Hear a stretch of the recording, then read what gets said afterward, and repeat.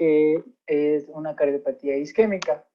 Las cardiopatías isquémicas no son más que trastornos donde parte del miocardio reciben una cantidad insuficiente de sangre y oxígeno. Y de esta manera surge de forma específica cuando existe un desequilibrio entre el aporte y necesidad del oxígeno de la dicha capa muscular del cardiomiocito. Y como definición de cardiopatía isquémica sin elevación del ST, todos estos síndromes coronarios sin elevación del ST son síndromes clínicos que van a ser provocados por la reducción aguda o progresiva del flujo, que puede originar necrosis miocárdica, y esta necrosis va a estar reflejada por la elevación de los marcadores de necrosis en sangre, y que también no se va a ver evidenciado una elevación reciente del segmento ST en un examen de electrocardiografía. Estos síndromes coronarios agudos sin elevación del ST incluyen el infarto sin onda Q y la angina inestable. Esta angina inestable se caracteriza por la ausencia de elevación enzimática. Estos trastornos principalmente se caracterizan por la presencia de dolor anginoso de más de 20 minutos de duración asociados a cambios del electrocardiograma compatibles de isquemia miocárdica aguda, pero que no van a tener una elevación del ST, en el segmento ST. Entonces yo puse este pequeño mapa conceptual para orientarnos y posicionarnos donde estamos estudiando, que es dentro de las cardiopatías isquémicas, que tenemos las arteriopatías crónicas coronarias y los síndromes coronarios agudos. Dentro de estos síndromes coronarios agudos están los sin elevación y los con elevación del ST. Los que sí tienen los que no tienen elevación del ST van a ser el infarto agudo de miocardio y la angina inestable. La diferencia básicamente radica en que los síndromes coronarios agudos con elevación del ST se dan por una obstrucción neta del flujo sanguíneo coronario, versus los síndromes coronarios agudos sin elevación del segmento ST, el vaso sanguíneo va a seguir al menos mínimamente permeable. Y vamos a tener diferentes factores de riesgo, que son los factores de riesgo básicamente cardiovasculares, que son el síndrome metabólico, que incluyen la hipertensión arterial, la diabetes mellitus, dislipidemia, obesidad y sedentarismo. También el tabaquismo y factores genéticos, porque había estudios que decían que hacían exámenes a larga data de las familias y vieron que tenían predisposición algunas familias en tener patologías isquémicas agudas coronarias entre familias. Dale al siguiente, por favor. Ok, entonces para entender un poquito más voy a hablarles de la fisiopatología. La fisiopatología es bastante diversa porque se plantea bastantes mecanismos fisiopatológicos que tengan la posibilidad de conducirnos a un síndrome coronario agudo sin elevación del segmento ST. Y aunque no se puede determinar cuál es el que predomina uno sobre el otro, pero todos son capaces de superponerse y no actúan aislados durante el desarrollo del episodio anginoso coronario agudo. Entonces, la primera teoría que yo les puse aquí es la rotura o fisura / erupción de una placa ateromatosa con una superposición de un trombo que obstruye la luz y el flujo sanguíneo.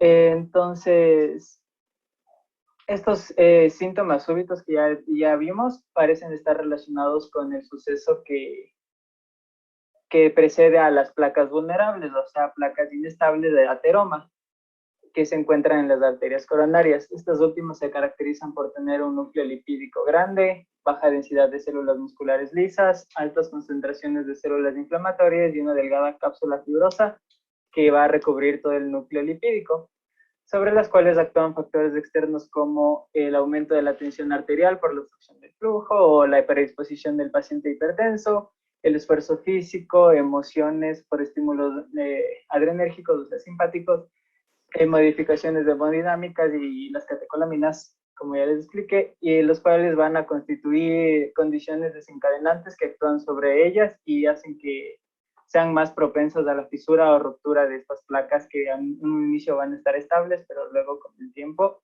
y la agresión crónica se vuelven inestables y se pueden romper. Y ahí se puede adherir un trombo. Entonces, cuando esto ocurre, la matriz subendotelial, que va a estar rica en colágeno y factor tisular, queda expuesta a la sangre circundante. El primer paso para la adición plaquetaria, como ya sabemos, es a través del receptor de la glicoproteína 1B plaquetaria por su interacción con el factor de von Willebrand. Seguidamente tiene lugar la activación plaquetaria, mediante las cuales estas plaquetas van a cambiar de forma de disco a una forma especulada. Esto es para que se incremente la superficie en la que se pueda añadir los siguientes mediadores de la coagulación, que es la trombina, y que se pueda degranular los gránulos de alfa de las plaquetas y se puede liberar el tromboxano 2 para que así siga la formación de fibrinógeno. Finalmente, con todos estos pasos ocurre la agregación plaquetaria en la que el fibrinógeno o el factor de von Willebrand se unen a los receptores de la glicoproteína 2B3A y activados de las plaquetas, y así crean un agregado plaquetario con un crecimiento progresivo que va a seguir obstruyendo la luz de la arteria coronaria sin tapar por completo, porque si no tuviéramos un síndrome coronario agudo con elevación del ST. Al mismo tiempo que se forma este tapón plaquetario, se activa el sistema plasmático de la coagulación, donde el factor tisular desempeña una importante función en el inicio de la homeostasis. ¿Por qué? En última instancia se va a activar el factor 10, que va a ser el desencadenante de la formación de la trombina, la cual es vital para la trombosis arterial, porque convierte el fibrinógeno en fibrina a través de la vía final de la formación del coágulo. De modo que así las moléculas de trombina se incorporan al trombo coronario y pueden crear las condiciones para la recurrencia de la trombosis. Por eso es que tenemos pacientes que se quejan, llegan con un dolor anginoso de más de 20 minutos y dicen que no es la primera vez que les pasa, que ya es la tercera vez. Entonces es típico en estos pacientes porque son predisponentes a que tengan recurrencia de estas trombosis coronarias agudas. Esta cascada de episodios ustedes ya la saben de memoria, ¿no? Esto vieron en fisiopatología y un montón de casos a lo largo de su carrera. Quiero hacerles caer en cuenta un detallito, ¿no? Las que precipitan son las LDL, ¿no? Entonces, las LDL más que los triglicéridos. LDL, por ende, es el de mayor riesgo cardiovascular, ¿no? ¿De acuerdo? Entonces, eso, chicos, es relevante.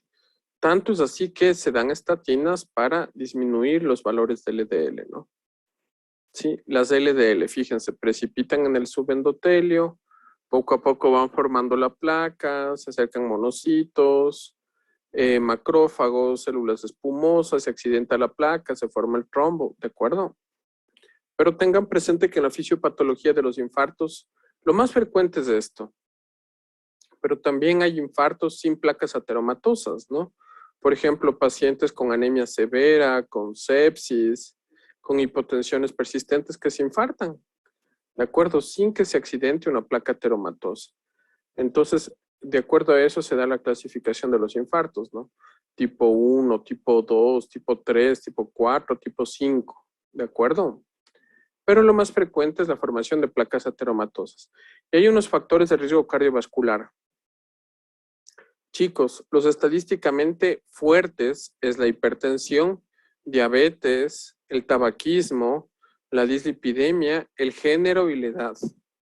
¿De acuerdo? Esos son los estadísticamente fuertes. Enfermedad renal crónica también y microalbuminuria. Sí, esos son estadísticamente los más fuertes. Hay algunos scores de riesgo cardiovascular. Lo que pueden aplicar es Framigan, ¿de acuerdo? Framigan y el ATP4. Sí. Eso les dice, bueno, ¿le bajo la LDL? ¿A cuánto le bajo la LDL? ¿Qué tan agresivo soy para bajar la LDL? ¿De acuerdo? Entonces eso hay que ver. ¿Qué más? Continuemos, por favor. Ya, añadiendo eso que usted dijo, igual el colesterol HDL igual sirve como factor de protección para cardiovascular. Y siguiente, por favor. ¿Por qué? ¿Por qué es protección el HDL? Porque las moléculas de alta densidad de lipoproteínas son las que promueven el movimiento laminar de flujo sanguíneo de los lípidos en la sangre, y en cambio el LDL se puede estancar y adherirse en las paredes. Y el HDL, aparte de eso, coge estas estos lípidos, de acuerdo, que se están precipitando en el subendotelio y lo lleva a nivel hepático, ¿no? Para metabolizarse. ¿Sí? Por eso son factores protectores cardiovasculares. ¿Qué más? Ya, cámbiale, pues. También hay otro mecanismo fisiopatológico de estos síndromes coronarios agudos, es la obstrucción dinámica, que podría ser por un espasmo arterial coronario, sin necesidad de que haya una aterosclerosis, o un espasmo de la arteria coronaria que sí tenga una aterosclerosis. Angina vasoespástica, ¿no? Ajá, un espasmo, ajá. Este espasmo a menudo se presenta en las arterias coronarias que no han resultado endurecidas debido a la acumulación de la placa o con los pasos de los años. Sin embargo, también pueden ocurrir en arterias con una acumulación de placa. Estos espasmos se deben a una contracción de los músculos de la pared arterial y con mayor frecuencia ocurren solo en una zona de la arteria. La arteria coronaria puede lucir normal durante un examen, pero normalmente no funciona en esos momentos porque es un espasmo agudo. Ocurre con mayor frecuencia en personas que tienen factores de riesgo cardiovascular, como nos dijo el doc, y puede ocurrir sin causa o puede estar desencadenada por personas que son alcohólicas y sufren de periodos de abstinencia de alcohol o drogas, por personas que tengan mucho estrés emocional, exposición al frío o drogas estimulantes tales como anfetaminas y cocaína. También ocurren espasmos con presencia de placa arteriosclerótica en las arterias coronarias, donde la vasoconstricción puede ser debida porque ocurren vasoconstricciones locales liberadas por todos los mediadores inflamatorios de tromboxano A2, la serotonina, que son de granulados de los gránulos de las plaquetas, que están ahí formándose en una placa accidentada. Estos mediadores pueden estar induciendo una vasoconstricción local, además de como la disfunción endotelial coronaria con reducción de la producción de óxido nítrico y aumento de la liberación de endotelina. Ese es el segundo mecanismo fisiopatológico. Siguiente, por favor. Hay otro más que me pareció interesante que puede darme por inflamación o infección, o puede ser por la combinación de las dos, porque como sabemos la inflamación es un elemento clave para la inestabilidad de la placa, pues las células inflamatorias son las que van a liberar las citocinas y los mediadores proinflamatorios que incrementan la liberación de todas las proteínas de la matriz y todos los mediadores que ya vimos, que hacen que la cápsula fibrosa sea más delgada y tenga aún mayores probabilidades de que pueda romperse o erupcionarse. Además de ello, la inflamación puede disminuir la síntesis del colágeno y debilitar todavía más la placa o incrementar las probabilidades de su rotura. Entonces, en enfermedades que tenemos inflamación crónica también tenemos predisposición, ejemplos, artritis crónicas o lupus eritematoso sistémico. También hay una teoría que sigue en estudio, porque todavía no saben cómo funciona exactamente, especialmente con la clamidia pneumoniae, porque esto podría ser una causa de la inflamación difusa de las arterias coronarias. Y también porque vi que la clamidia pneumoniae puede colonizar per se la placa ateromatosa coronaria y puede inducir una inflamación local, lo cual me va a llevar a una vasoconstricción local aguda. Entonces se plantean tres probabilidades. La primera es que se anida en una placa de ateroma ya inflamada. La segunda es que se puede encontrar como inquilina en la placa y la inflamación se activa con vasoconstricción local. O C, que es indirectamente la causa de la inflamación de la placa ateromatosa. Puede ser una inflamación sistémica con sepsis y darme una vasoconstricción aguda. Siguiente. Papel de la clamidia.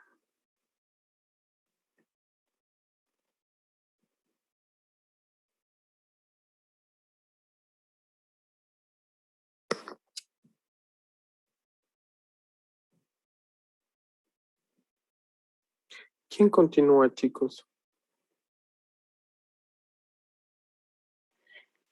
Perdón, voy a una pequeña falla técnica. Ya, a ver, entonces como parte de lo que podemos encontrar en estos pacientes, el síntoma fundamental va a ser el dolor torácico, que va a ser representado como un dolor, una opresión, bueno, es la sensación no retroesternal, que se va a irradiar hacia lo que es el brazo izquierdo, se va a irradiar hacia el cuello y a la mandíbula. Este dolor puede ser persistente o también puede ser intermitente, y de hecho esta es la forma típica de presentación en este caso. A veces los pacientes describen esta molestia como algo que les aprieta, que les pesa, como que se ahogan, sienten que les arde. Pero rara vez va a ser, o lo van a describir como punzante o así bien localizado.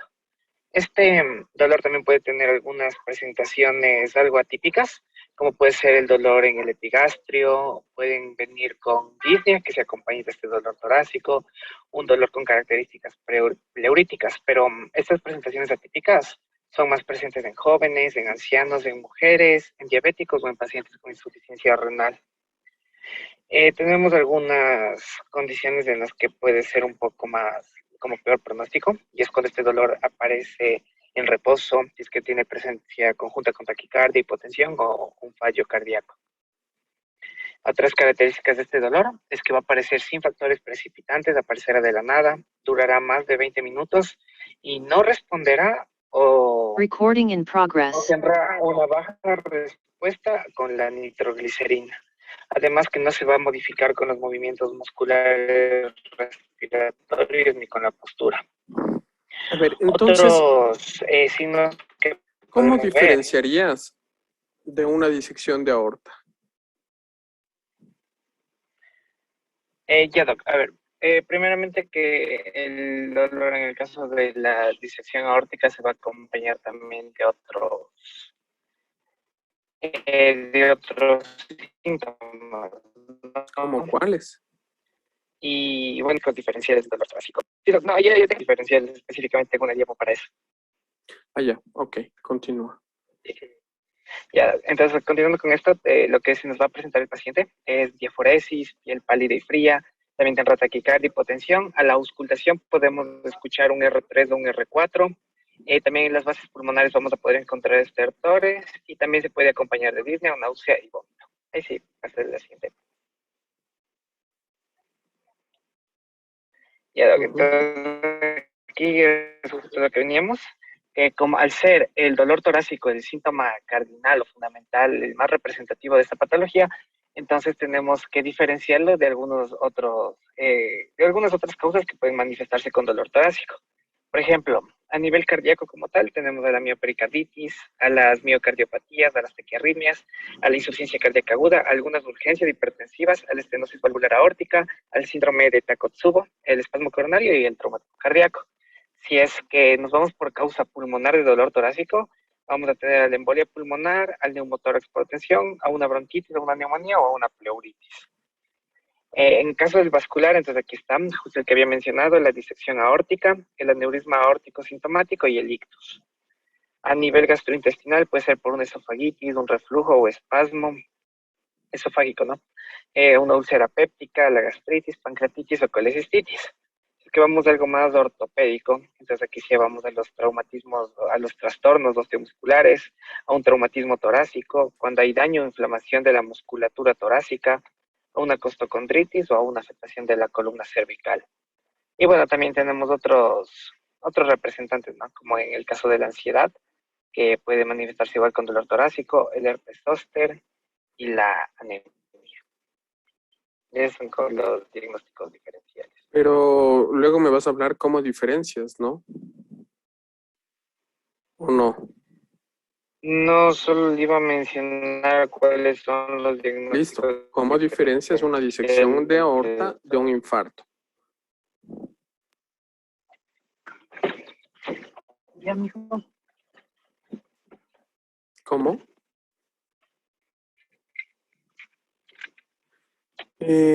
Alejandro Carvajal. Ya, Doc. Si bien los factores de riesgo van a ser similares y el tipo de dolor puede ser parecido, porque el dolor va a ser torácico, brusco, intenso, que puede tener irradiación a la espalda, pero también puede irradiarse hacia el abdomen. Y lo que nos ayudaría a diferenciarnos es en la exploración física, porque la disección aórtica podría presentarnos con asimetría de pulsos o con soplos aórticos en los focos aórticos. Ahí ya podríamos diferenciar si es que podría ser un síndrome coronario agudo o una disección de aorta. O una diferencia de El la presión dolor arterial. lancinante, ¿no? Que se irradia interescapular, lumbar bajo o abdominal, como comentaste. Ajá, la simetría de pulsos. Ariadna Tobar, ¿cómo diferencias una tromboembolia pulmonar de un infarto agudo de miocardio?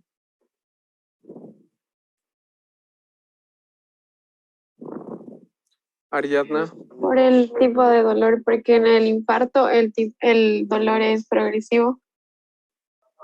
Es opresivo, ¿no es cierto? Opresivo. ¿Y el de la tromboembolia? Este va a ser brusco. ¿Va a ser qué? Va a ser brusco, va a tener una implantación rápida. La tromboembolia pulmonar es pleurítico, ¿no es cierto? Aumenta con la respiración. El infarto agudo de miocardio no se modifica con la respiración, ¿no es cierto? Sí. ¿Cómo vas a diferenciar, Ariel Barragán, un dolor de costocondritis versus un infarto agudo de miocardio? Es que el de costocondritis es más localizado, en cambio, el de infarto de agudo de miocardio tiene una irradiación que puede ir desde la mano, codo, mandíbula. ¿Y qué tipo de dolor va a ser el de la costocondritis, Doc? O sea, sería como que más localizada en la parte de la unión articular, sería. O sea, no necesariamente, ¿no? La clave es pleurítico y doloroso a la digitopresión, ¿no es cierto? El dolor del infarto es opresivo y no se asocia con cambios a la digitopresión, ¿no es cierto? Es una de las claves. ¿De acuerdo? Bien.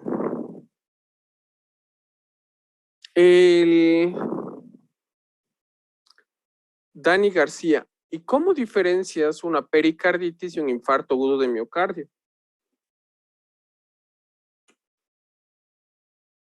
¿Me escucho, Doc? ¿Se escucha, Doc? Doc. ¿Se escucha? No te escucho. Dani. ¿Ahí se escucha, Doc? Casi nada. A ver, dime.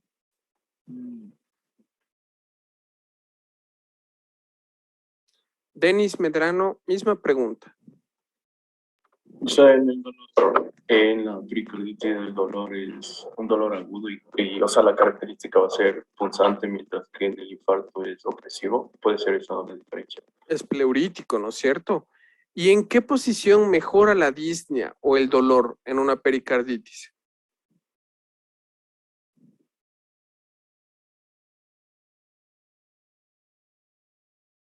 Dayan Paulina Vinuesa. Mejora con la posición hacia adelante y empeora cuando la persona está acostada. Perfecto, exacto. Posición del maometano. Bueno, continúen, chicos. Entonces, esas son las claves realmente, lo que van a necesitar entender para diferenciar. Porque un dolor opresivo puede ser desde un dolor torácico, puede ser desde un infarto, tromboembolia pulmonar, derrame pleural, costocondritis. Entonces hay que tener ideas claras, ¿no? ¿Cómo diferenciar? ¿Qué más, chicos? Ya. También es importante en estos pacientes estadificar precozmente cuál va a ser el grado de riesgo, ya que según esto vamos a poder ver, o sea, el pronóstico que tendrá el paciente, ya sea en las siguientes horas o a un mes. Entonces, podemos clasificar al paciente en 3 grupos, de alto riesgo, de riesgo intermedio y de bajo riesgo. Entonces, bueno, para saber si es que un paciente es de alto riesgo, entonces vamos a tener algunas características, como por ejemplo que la angina va a ser recurrente a pesar de dar un tratamiento farmacológico adecuado. También vamos a ver ciertos cambios que van a ser ya sean persistentes o cambios transitorios en el segmento ST, donde va a haber una variación mayor a 1 milivoltio en al menos 2 derivaciones concordantes. Bueno, toda esta parte del electrocardiograma ya les vamos a explicar más adelante. También con una elevación de la troponina mayor a 10 veces el rango normal. También es que vemos signos de inestabilidad hemodinámica, como shock, edema agudo del pulmón, insuficiencia cardíaca, hipotensión arterial o una insuficiencia mitral aguda. En el caso de las arritmias ventriculares severas, cuando hay una angina postinfarto o cuando la fracción de eyección del ventrículo izquierdo es menor al 35%. Pásale.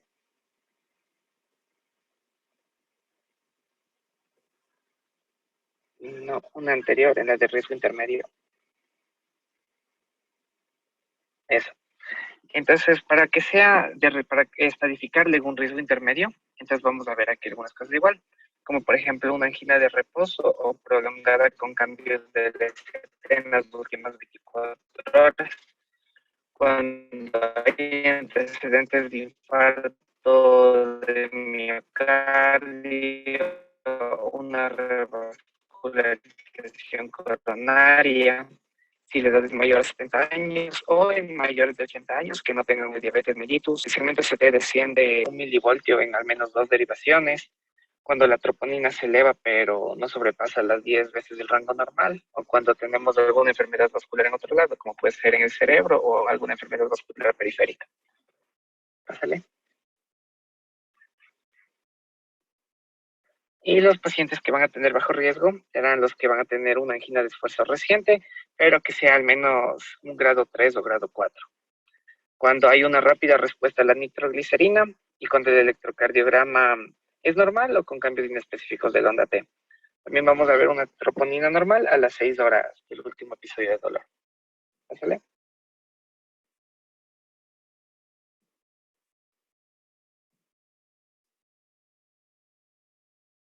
Ya, yo les voy a hablar sobre el diagnóstico, realizando pruebas de gabinete o como vamos a ver en el electrocardiograma.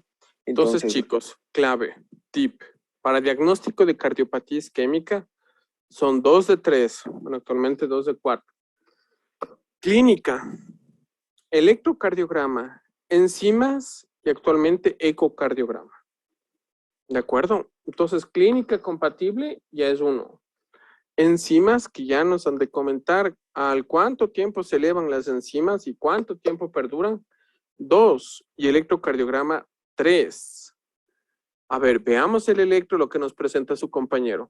Cuéntanos, Doc. Ya. En el electrocardiograma, en el síndrome coronario agudo sin elevación del ST, podemos encontrar, obviamente, el descenso del ST, una elevación transitoria del segmento ST que va a durar menos de 20 minutos, una rectificación del segmento ST y ondas T negativas, que las ondas T negativas deben ser más de 1 milímetro para considerarse. ¿Puedes mostrarme ahí con el cursor dónde están las T negativas en el primer electro? Lo encontraríamos en D3, en las ondas T negativas en B3, B4, B5 y B6, ¿no? Señálame, ¿dónde están las T negativas? Ya, déjenme ver si lo puedo pintar aquí. A ver, sería...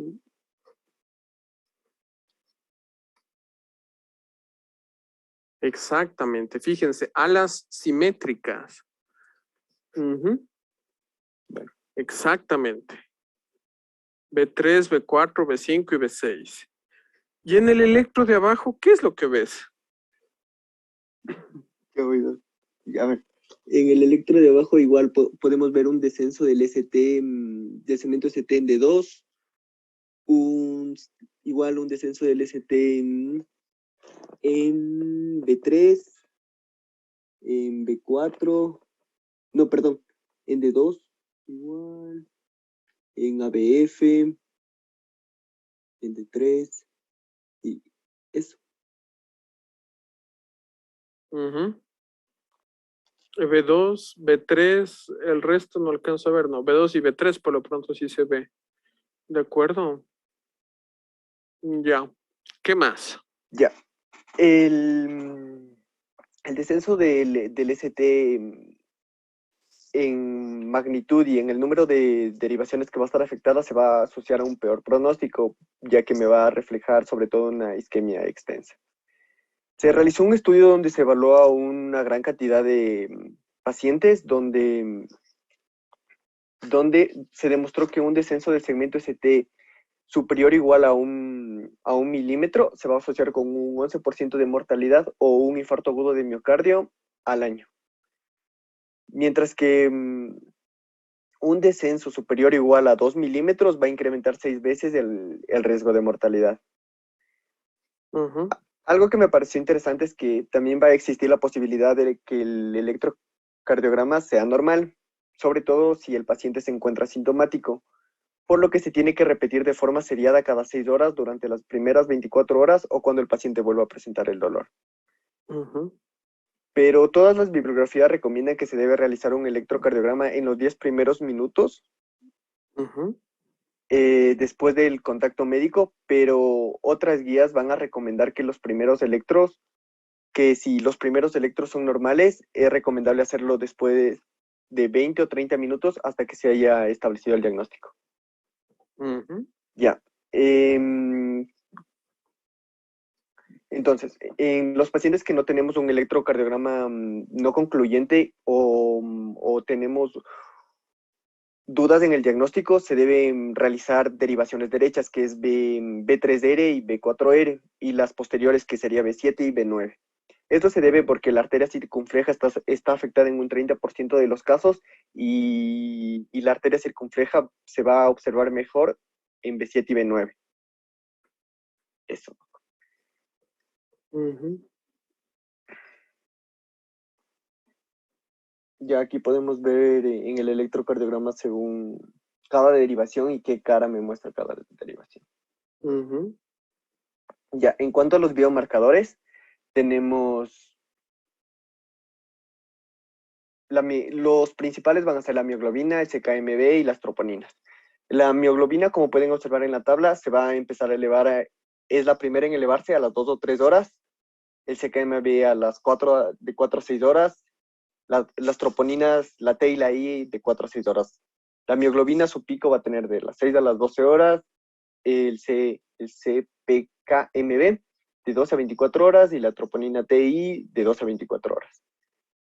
Ujú. Ya. Entonces, la mioglobina, como un dato rápido, es una proteína de bajo peso molecular muy utilizada como marcador de infarto agudo de miocardio. Va a ser el más precoz en relación a los demás biomarcadores, alcanzando niveles séricos útiles para el diagnóstico, como les dije, de 2 a 3 horas. Y me pareció interesante que se realizó un estudio donde le comparaban con los demás biomarcadores y esta tuvo una mayor sensibilidad, lanzando una sensibilidad del 90.9% y una especificidad del 75% para el diagnóstico de síndrome coronario agudo, dentro de las 5 primeras horas. El estudio realizó un valor de corte para hombres de 92 nanogramos sobre ml y en mujeres de 76 nanogramos sobre ml. Eso. El CPKMB hace algunos años era el principal marcador sérico para evaluar el síndrome coronario agudo sin elevación del ST, pero tiene limitaciones ya que esta puede estar presente en la sangre en personas sanas porque suele elevarse la bibliografía decía que en el daño severo del músculo esquelético, pero la principal utilidad del CPKMB es detectar reinfartos tempranos. Ya. En cuanto a las troponinas, tenemos la troponina T y la troponina I, que van a ser proteínas contráctiles intracelulares que se van a difundir hacia el intersticio cardíaco cuando los miocitos se van a necrosar. Y estos pierden la integridad de su membrana, obviamente. Una pregunta. Tú eres el residente del servicio de cardiología. Un paciente ingresó hace 4 días por infarto agudo de miocardio. Le hicieron angioplastia, colocaron el stent, está con medicación y en tu guardia comienza con dolor precordial nuevamente. ¿Qué examen le solicitarías para valorar un nuevo infarto agudo de miocardio? Un CPKMB.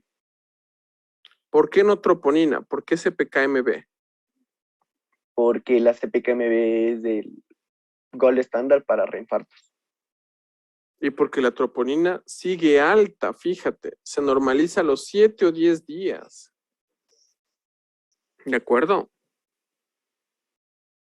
Las troponinas, la CPKMB al tercer día ya está normal.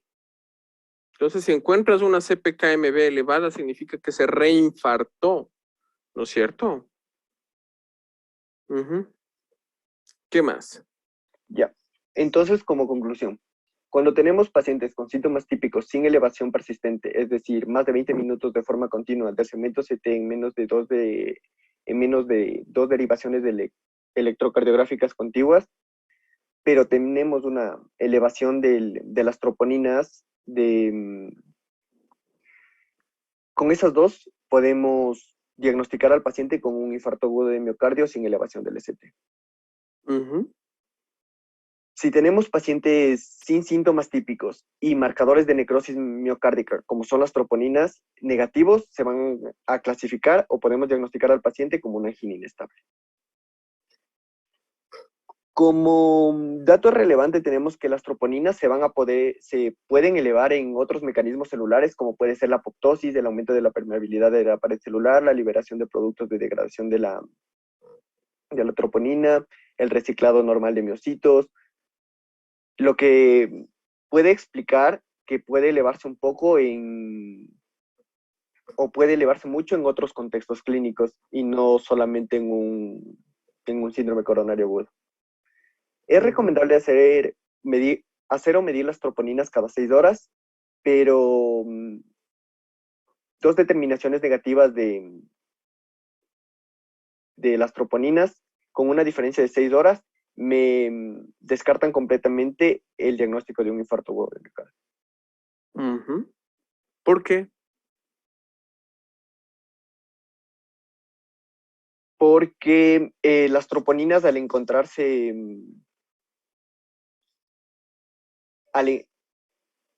un infarto agudo de miocardio es cuando hay no llega la vascularización al miocardio, al miocito, entonces el miocito se destruye. Entonces las troponinas, al ser unas proteínas intracelulares, se deben liberar. Entonces a las 4 o 6 horas de que no se liberan, se podría descartar. Porque esperas que ya se haya elevado la troponina a las 6 horas, ¿no es cierto? De 4 a 6 horas. Si haces de entrada y luego hasta 6 horas y no se ha elevado, no es un infarto. Ya debió haberse elevado, ¿no es cierto? Incluso hay un esquema de 0, 3 y 6 horas, ¿no es cierto? Ese ya le voy a mostrar en la siguiente diapositiva. Ya debió haberse elevado hasta las 6 horas. Si no está elevada a las 6 horas, pues no es un infarto. ¿De acuerdo? Alejandro Carvajal, ¿querías comentar algo? Sí, Doc. También si es que tenemos casos en los que no podemos o no tenemos los reactivos para solicitar enzimas cardíacas, se podría realizar una prueba enzimática de la AST o la TGO, porque había visto que como esta es una enzima que ayuda en el transporte de electrones en la mitocondria, pero es bien específica, ¿no? Del hígado, el corazón y el músculo esquelético. Pero si es que hay una elevación aguda, junto con la clínica, nos podría orientar un poco a infarto agudo de miocardio. O sea, te soy honesto, usar TGO para infarto no se usa. Porque TGO se puede elevar por un montón de cosas. Ustedes como médicos de atención primaria o médicos generales tienen que tener en cuenta eso. O clínica, o enzimas, o electrocardiograma, o por último un ecocardio. ¿De acuerdo? Ustedes van a trabajar full con la clínica. Full con la clínica. ¿De acuerdo? Entonces, si realmente tendrán que valorar bien las características del dolor, ¿será opresivo? ¿Será pleurítico? ¿Será que duele a la digitopresión? Porque una cosa es mandar a un paciente a que viaje 4 a 6 horas al hospital más cercano si está en alguna comunidad, sospechando en un infarto y resulta que llega y ha sido una costocondritis, a quedarse con un paciente sospechando que es costocondritis cuando realmente fue un infarto, ¿no? Y se les muere al lado, se les muere ahí al frente de ustedes y no tienen nada que hacer. Entonces, por eso es bien relevante la anamnesis y el examen físico. Obviamente, si ustedes trabajan en un hospital ya es mucho más fácil, ¿no? Tendrán a mano CPKMB, troponinas, y no siempre. Tendrán a mano un electrocardiograma, ¿de acuerdo? Pero ustedes tienen que defenderse con la clínica, ¿de acuerdo? Entonces es bien relevante. ¿Qué más, chicos? Ya, entonces, si sospechamos de un síndrome coronario agudo y tenemos la primera troponina, la primera medición de troponina positiva, se tiene el diagnóstico de un infarto agudo de miocardio. Pero, en el caso de que la primera determinación de troponina esté por debajo del punto de corte, es decir, sea negativa, se va a repetir en una segunda ocasión, como les dije, a las 6 horas. Y si en esta segunda ocasión hay un ascenso mayor del 50% al valor previo y por encima del punto de corte, este se va a considerar como positivo. Eso. Entonces, ya. Entonces, como usted explicó, tenemos el algoritmo 0 horas, 3 horas, que es propuesto para diagnosticar o descartar el síndrome coronario agudo sin elevación del ST. El HS, lo que ven ahí que es HSCTN, es troponina cardíaca de alta sensibilidad. Y el SN es límite superior de la normalidad. Entonces tenemos a la izquierda unas troponinas cardíacas de alta sensibilidad menor al límite superior de la normalidad. Ahí, como les dije, debemos repetir. Si existe dolor de menos de 6 horas, debemos evaluar el GRACE. ¿Qué es el GRACE? El GRACE es una escala que evalúa 5 puntos, que es la edad, la frecuencia cardíaca, la tensión arterial sistólica, la creatinina y la clase KILIP. El KILIP, ¿no es cierto? Ajá. ¿Qué es el KILIP? Es una clasificación funcional de los signos clínicos. Entonces, para ustedes, chicos, no siempre van a tener exámenes de laboratorio, pero sí van a reportar un infarto con KILIP, ¿no es cierto? Eso sí lo van a hacer, porque es examen físico, si se dan cuenta. Por favor, descríbenos el KILIP. Ya, entonces este se va a dividir en 4 grupos, del 1, 2 y el 3 y el 4. El primero tenemos un paciente sin signos ni síntomas de insuficiencia cardíaca izquierda con una tasa de mortalidad de 6%. El KILIP 2 significa que tenemos un paciente con estertores o crepitantes húmedos, un tercer ruido cardíaco o un aumento de la presión venosa yugular con una tasa de mortalidad aproximada del 17%. Entonces, escuchan crepitantes en las bases, ¿no es cierto? O en menos del 50% de los pulmones. El KILIP 3, en cambio, los crepitantes van a estar en todo el campo pulmonar. Es un edema agudo de pulmón. Y el KILIP 4 es shock cardiogénico. ¿De acuerdo? Ya, entonces, si tenemos unas troponinas menor al límite superior de la normalidad y con un dolor de más de 6 horas, evaluamos el GRACE. Si el GRACE tiene menos de 140 y hemos excluido el diagnóstico diferencial, hacemos una prueba de estrés. Si tenemos un dolor de menos de 6 horas, repetimos la prueba, las troponinas cardíacas de alta sensibilidad y tenemos esas troponinas sin cambios, otra vez evaluamos el GRACE, excluimos diagnósticos diferenciales y hacemos la prueba del estrés. Pero si tenemos troponinas cardíacas de alta sensibilidad mayor al límite superior de la normalidad y repetimos, y ahí hay 2 opciones. Repetimos las troponinas cardíacas de alta sensibilidad y hay una variación mayor a 1 del límite superior de la normalidad, es decir, que aumentó un 100%, hacemos un tratamiento invasivo. Pero esa tenemos como una opción. Pero si al tener las troponinas mayor al límite superior de la normalidad al tener las troponinas muy anormales, ¿qué es muy anormal? Es 5 veces superiores al límite superior de la normalidad, más una presencia clínica, igual, tratamiento invasivo. Exacto, ya van dos, ¿no? Dos de los tres. Clínica y enzimas. Ajá. Ya. Ya lo expliqué. Ya. Y como radiografía de tórax, se recomienda realizar una radiografía de tórax a los pacientes que sospechamos de un síndrome coronario agudo sin elevación del ST, para, sobre todo para descartar posibles causas de dolor torácico, como puede ser la neumonía, el neumotórax o las fracturas costales. También es muy útil cuando queremos diagnosticar o evaluar las complicaciones como en la insuficiencia cardíaca, pero es importante recalcar que la realización del RX de tórax no debe retrasar la adopción de medidas terapéuticas urgentes indicadas como puede ser el tratamiento invasivo. Y la prueba de esfuerzo está totalmente contraindicada en el síndrome coronario agudo. Solamente está indicada en los pacientes considerados de bajo riesgo, asintomáticos y estables con medicación durante al menos 24 a 48 horas sin alteraciones de la repolarización en el electrocardiograma. También sin elevación de marcadores de necrosis miocárdica, como pueden ser las troponinas. Y estos pacientes pueden ser sometidos a una prueba de esfuerzo.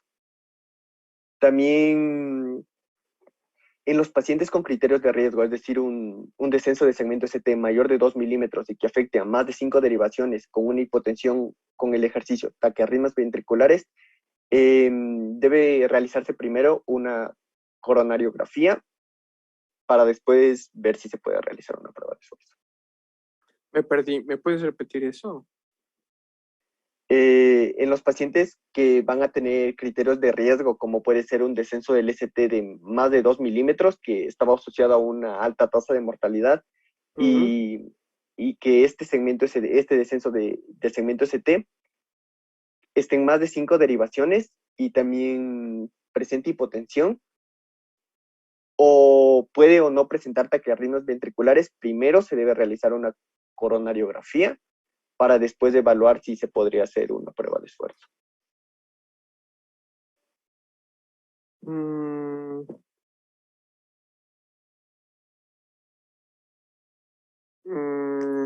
Ya.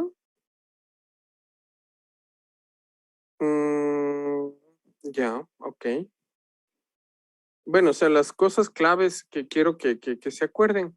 Si tengo un dolor que sospecho en cardiopatía isquémica, pero por ejemplo, ya cuando veamos anginas y es una angina estable, calma con el reposo, le voy a hacer prueba de esfuerzo, ¿no es cierto? Pero habrán pacientes que no pueden correr, ¿no? O estar caminando. Entonces ahí hago ecoestrés. Si en el ecocardiograma express veo áreas de hipoquinesia, por ejemplo, lanzo una coronariografía. Solicito una coronariografía. Y ahí me va a mostrar cómo están las coronarias. ¿De acuerdo?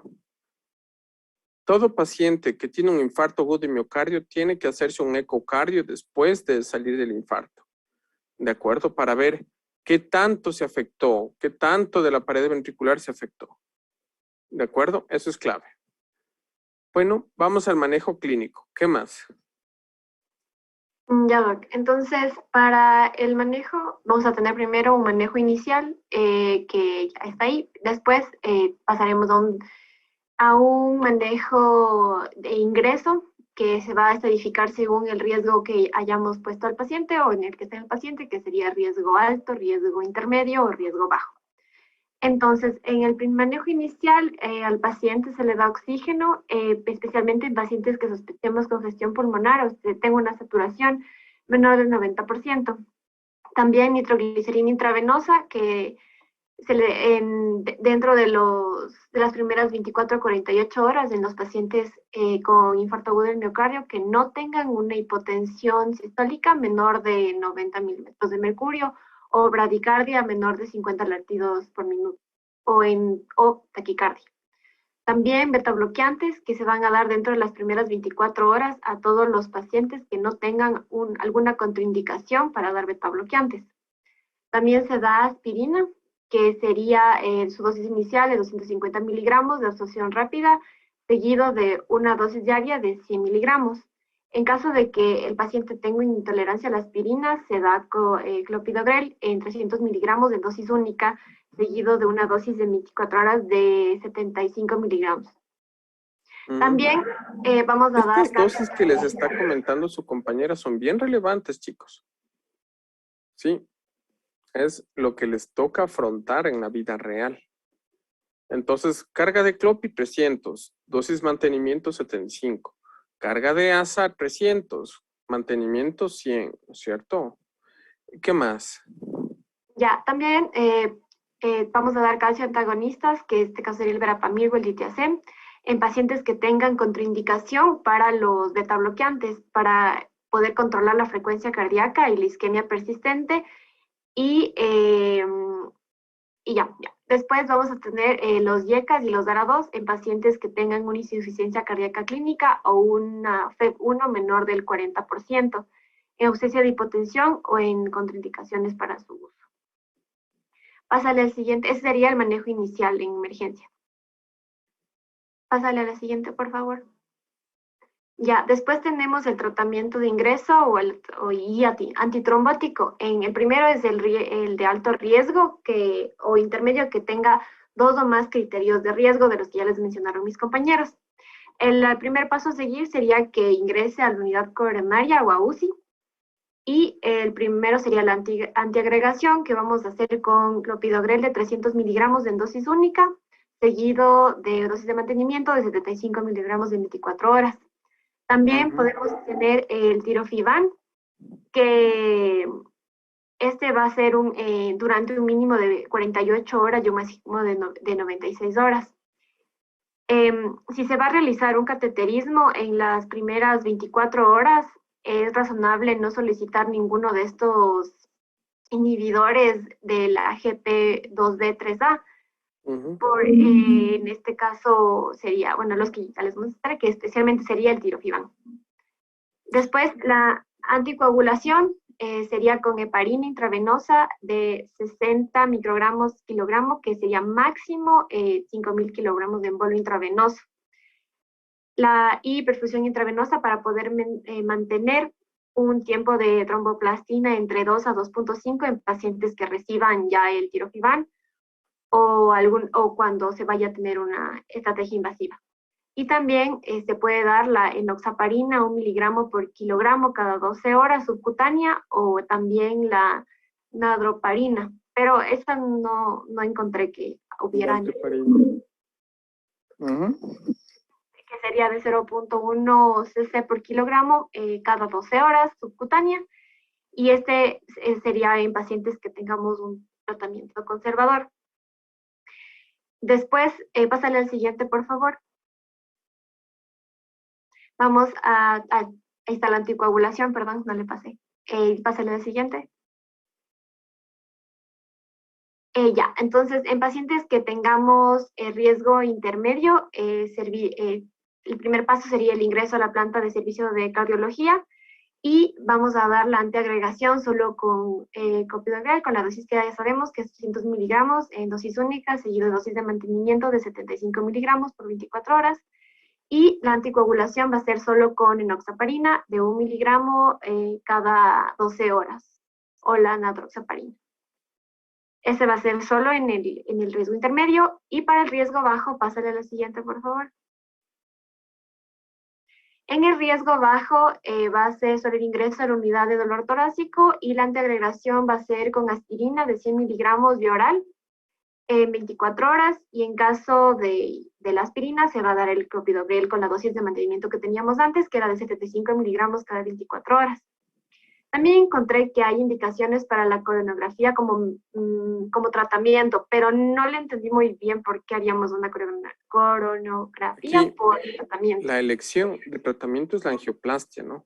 Ajá. La angioplastia es coronariografía más colocación de stent. Ese es el tratamiento de elección. Ahora, obviamente tú no presentas fibrinólisis porque los infartos agudos de miocardio sin elevación del ST no se hace fibrinólisis. Pero en pacientes con elevación del ST sí hay que hacer fibrinólisis, y es que se va a demorar más de 2 horas en hacerse angioplastia. El tratamiento de elección es angioplastia. Pero obviamente, no siempre van a tener a la mano angioplastia. Por ejemplo, yo que sé, van a estar ejerciendo en algunos hospitales de provincia y es difícil llegar a angioplastia, ¿no? No todos tienen. Entonces, ahí tendrán que dar tratamiento clínico. Y el tratamiento clínico es lo que acabas de describir, ¿de acuerdo? Pero ojo, el de elección siempre es angioplastia, ¿de acuerdo? Angioplastia. ¿Qué más? Ya, Doc, entonces ahí tenemos las indicaciones, que sería de la angioplastia, me imagino, ¿no es cierto? Porque no solo la coronografía. Que Los es en riesgos riesgo, que le pones es en base al score de Grace. ya. Entonces, Grace de muy alto riesgo significa shock cardiogénico, significa arritmias, angina persistente o complicación mecánica. Eso es angioplastia en las primeras 24 horas. ¿De acuerdo? Eso es muy alto riesgo. Alto riesgo es un score más de 140 que tienes el 24 a 48 horas para hacer angioplastia. Riesgo intermedio es de, si no me falla la memoria, es de 80 a 140, de 90 a 140. Tienes 72 horas, ¿no? Y el riesgo bajo, pues, queda bajo observación. Eso es en base al score de Grace. ¿De acuerdo? ¿Qué más? Ya, Doc. Y eso es lo que tengo del tratamiento.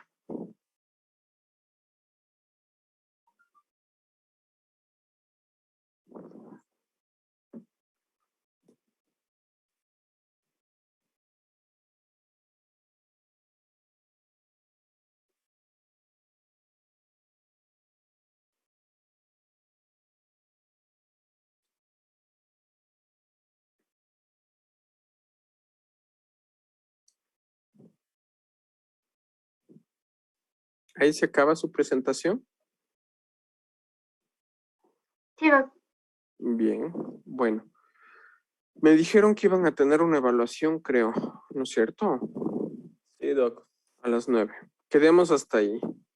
Mañana discutimos más a profundidad de cardiopatía isquémica. Revisarán las dosis, chicos. Mañana conversamos de eso. ¿De acuerdo? Listo, Doc. Listo, chicos. Una buena noche. Cuídense. Gracias, Doc. Hasta luego. Chao, chicos.